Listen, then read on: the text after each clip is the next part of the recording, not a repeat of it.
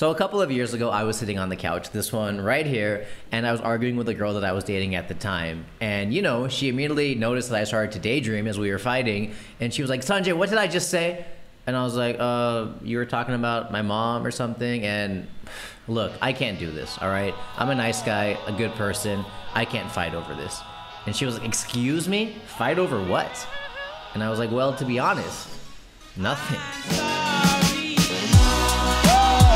You know, as self-serving as that statement may sound, and trust me, I know it sounds horrible, I'm proud to admit that I'm a nice guy. And I don't mean I'm nice like I'm better than you or I'm above you in any sort of way. I mean I'm nice like I'm low maintenance, easygoing.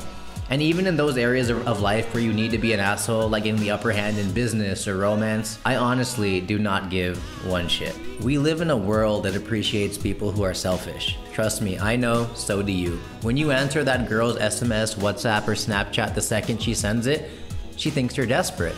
But when you actually hold off for a few hours or you get busy, you get rewarded for being cool or, you know, acting like you got stuff to do. Each of us is competitive with each other in these little ecosystems we built for ourselves, all right? I'm guilty of it and I'm only now recognizing it. I used to think if this person did better at videos or comedy or even at my old IT job, it means I wouldn't. If this person got the BMW, it means one less BMW for me. But in reality, anybody, if they work hard enough, can get the BMW. Plenty of BMWs to go around. We get so caught up in our own little worlds that we forget looking from the outside in, it's really not that big of a deal. When Brad Pitt gets a movie, it doesn't mean that George Clooney is like sad that he's not gonna get a movie. He's gonna be fine. When we see like Federer or Nadal on YouTube, we have this instant thing to say who's better. These guys don't give a shit. They're both rich, they're both killing it, they both worked really hard.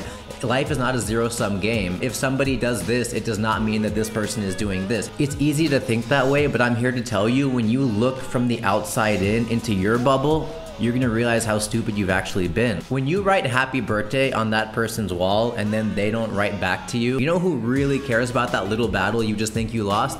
Nobody. So rather than trying to climb over everyone to hit the top of your mountain and stress yourself out along the way, maybe, just maybe, it's time to embrace life as a nice guy. Not because being nice is what your teacher told you, but maybe because being selfish is honestly just way too much work. If you're the guy or girl who kind of goes through life kind of helping others, right, and you kind of indirectly are waiting for them to help you back down the road, your life might actually become easier when you start to do things without expectation. You know, the golden rule says treat others the way you want to be treated, but the issue with that is you're kind of waiting for karma to come down and pat you on the back down the road. And let me tell you, karma is never on time. You know, helping with expectation is really not helping at all. Nice guys finish last. Assholes finish first. But it's way easier to be a nice guy than try to be the asshole you think you need to be. I'll happily answer your text the second you send it to me because 95% of the time, my phone is next to me. Secondly, nice guys do finish last, but they do eventually finish. And I guess in some areas of life, finishing last, dirty joke, might not be a bad thing. Thanks, guys.